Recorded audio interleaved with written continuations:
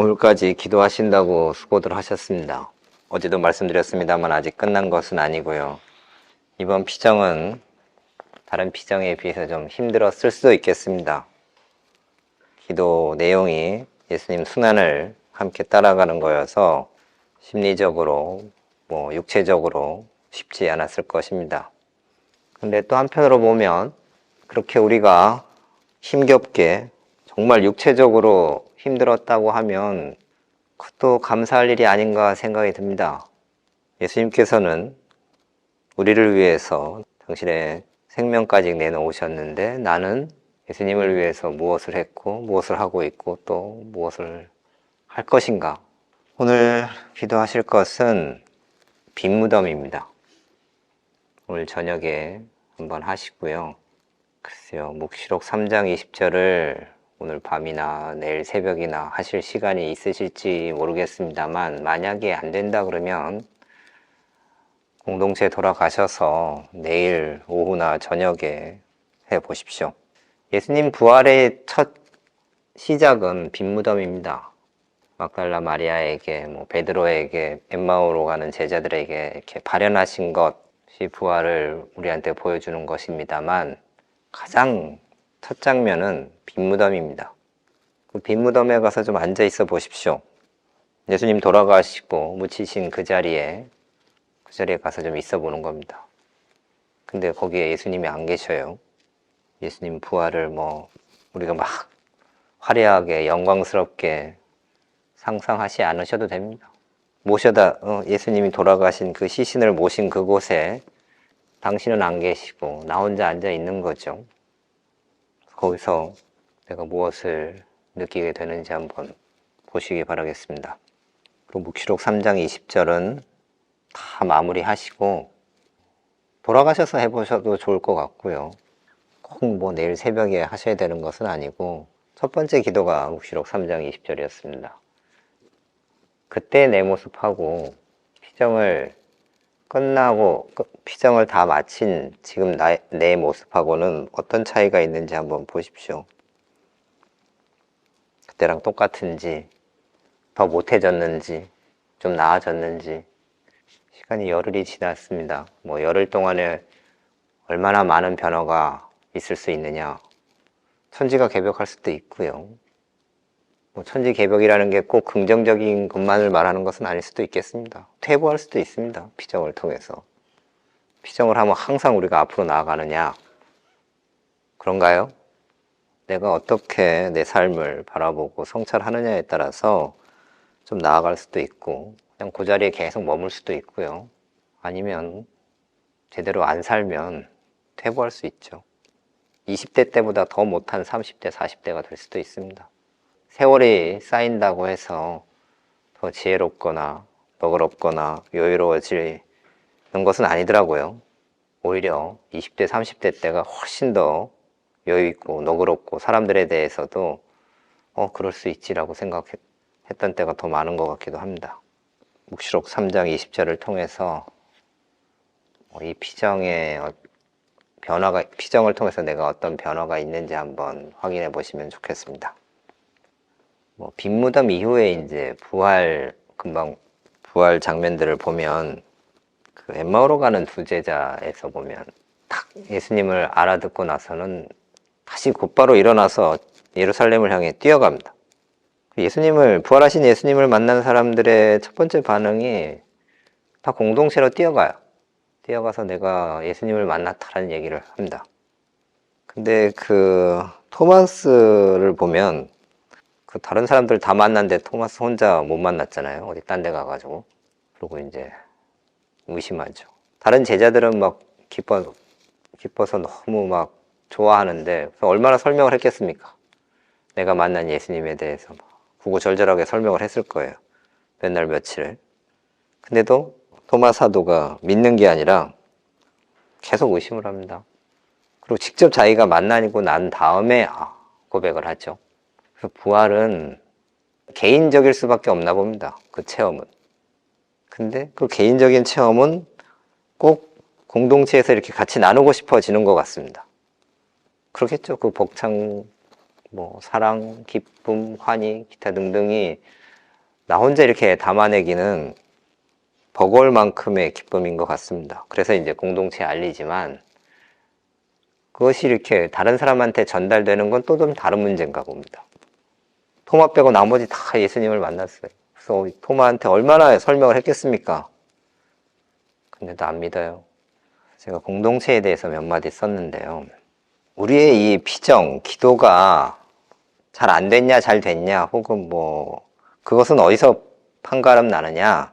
우리 삶에서 판가름 나는 거죠. 우리 사도 직장에서, 내가 살고 있는 공동체에서 내가 어떻게 살아가고 있는가, 다른 사람들하고 어떻게 같이 사는가에 그 모습에서 내 기도 생활, 이 피정이 어땠는지를 알 수 있게 될 겁니다. 교회 공동체는요, 처음부터 아픈 사람들이 많았습니다. 예수님한테 다 아픈 사람들이 왔습니다. 고쳐달라고. 근데 언제부턴가 교회가 그런 사람들을 이렇게 조금 거리를 두는 것 같아요. 오셨습니까? 이렇게 환대하면서 끌어안아 주는 게 아니라 여기 그런 곳 아닌데요, 뭐 이런 느낌. 사실은 위로받고 싶고 아프고 뭔가 필요한 사람들이 교회에 오는 겁니다. 그냥 원래 교회의 모습입니다. 처음 그랬고요. 지금도 그래야 되고요. 근데 그런 모습을 우리가 잘 못 살 때 이제 이상해지는 거죠. 그만큼 우리가 기도하지 않는다는 이야기가 될 거고요. 기도하지 않는다는 얘기는 예수님하고 같이 있지 않다는 얘기가 될 겁니다.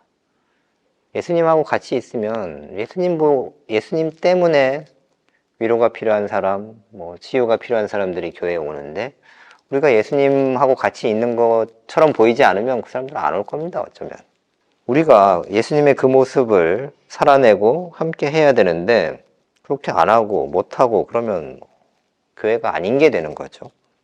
예수님은 당신한테 온 사람들을 건강하게 해서 계속 건강한 공동체로 꾸려 가셨죠.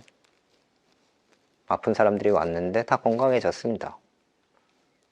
그래서 우리 공동체가 그렇게 돼야 되지 않을까 싶습니다. 그래서 우리가 조금씩 더 뭘 할애해서 애를 써서 서로가 서로를 치유하고 위로하고 격려하고 돌볼 수 있을 때 그럴 때 더 건강해질 거고 더 이제 예수님을 서로 나누겠죠. 부활하신 예수님을. 우리가 부활하신 예수님한테 잘 못 가는, 하나님께 잘 나서지 못하게 하는, 하나님 사랑을 받아들이지 못하게 하는 것들은 뭐 이런 것들입니다. 내 자신의 약함을 받아들이지 않기 때문에, 내가 무엇을 잘해야지만 사랑받을 수 있다고 생각하기 때문에, 나의 지난 잘못, 죄 등을 스스로 용서하지 못하기 때문에, 하나님께서 사랑하시려고 딱 준비하고 계신데 우리가 안 가요. 이런 이유로. 용서하시려고 딱 준비하고 계신데 내가 내 자신을 받아들이지 못하고 용서하지 못하니까 하나님도 그럴 거라고 생각합니다. 여러분들이 이번 피정을 통해서 뭔가 어떤 크고 작은 체험이 있으시다면 그 체험 갖고 우리가 평생 사는 거 아닙니다.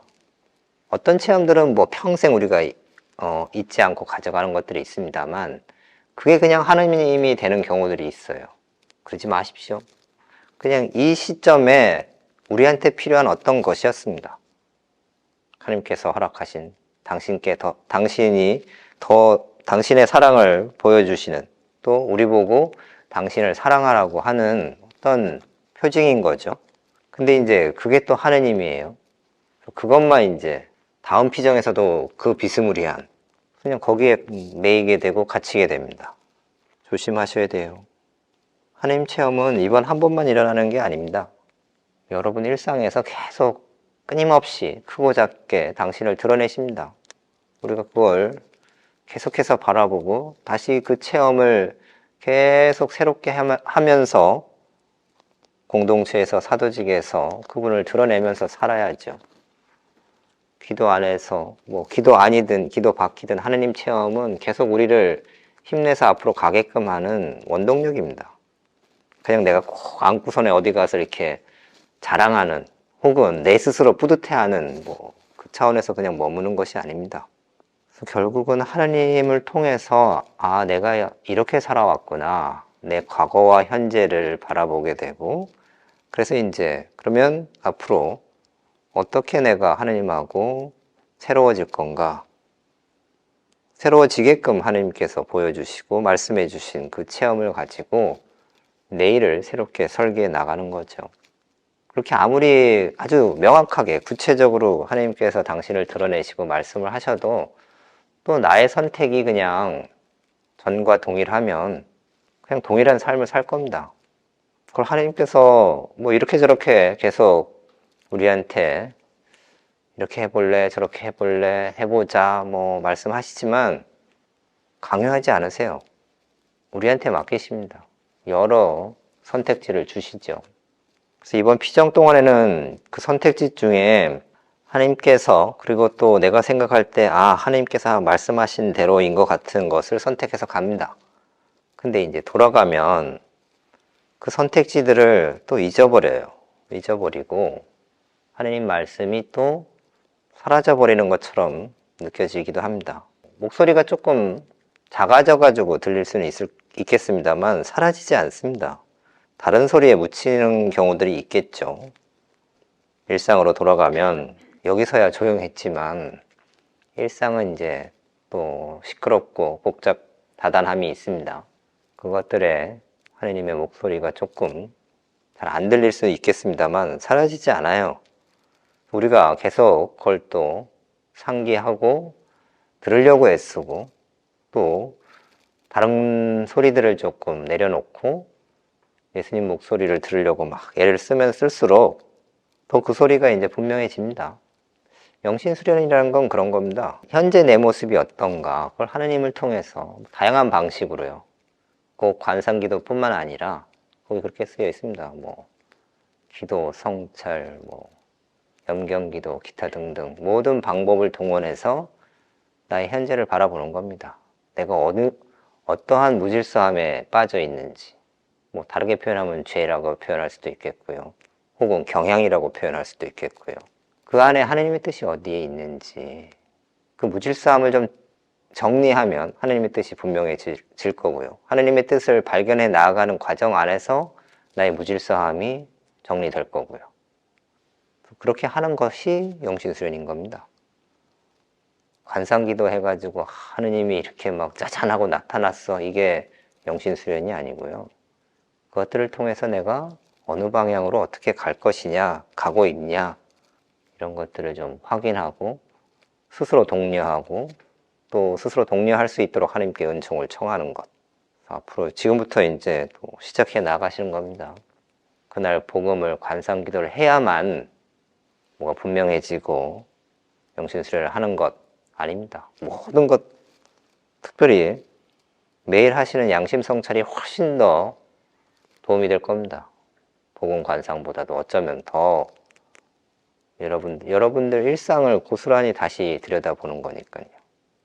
그래서 빈 무덤에 좀 앉아 계시면서 예수님하고 대화하실 수 있으면 좋겠고, 혹은 그 빈 무덤 안에 그냥 이렇게 좀 잠겨 있어 보십시오. 이게 무슨 뜻이냐, 예수님이 어떻게 부활하셨냐, 어떤 모습일까 막 애쓰지 마시고 그냥 이렇게 어제 눕혀놨던, 오늘 낮에 눕혀놨던 그 자리에 가셔서 예수님 안 계신 그 빈 공간에 뭘 채우려고 하지 마시고 그냥 비어있는 것 그대로 그냥 그 자리를 좀 응시해 보십시오. 질문 있으신가요? 시작할 때도 말씀드렸습니다만 예수님 순환을 기도하신다고 많이 쓰셨습니다. 가장 애쓴 건 아마 순환하신 예수님이시겠죠. 예수님께 감사하는 마음으로 마지막까지 계속 충실하게 기도에 임하시면 좋겠습니다. 영광성으로 마치겠습니다. 영광이 성부와 성자와 성령께 성부와 성자와 성령의 이름으로 아멘.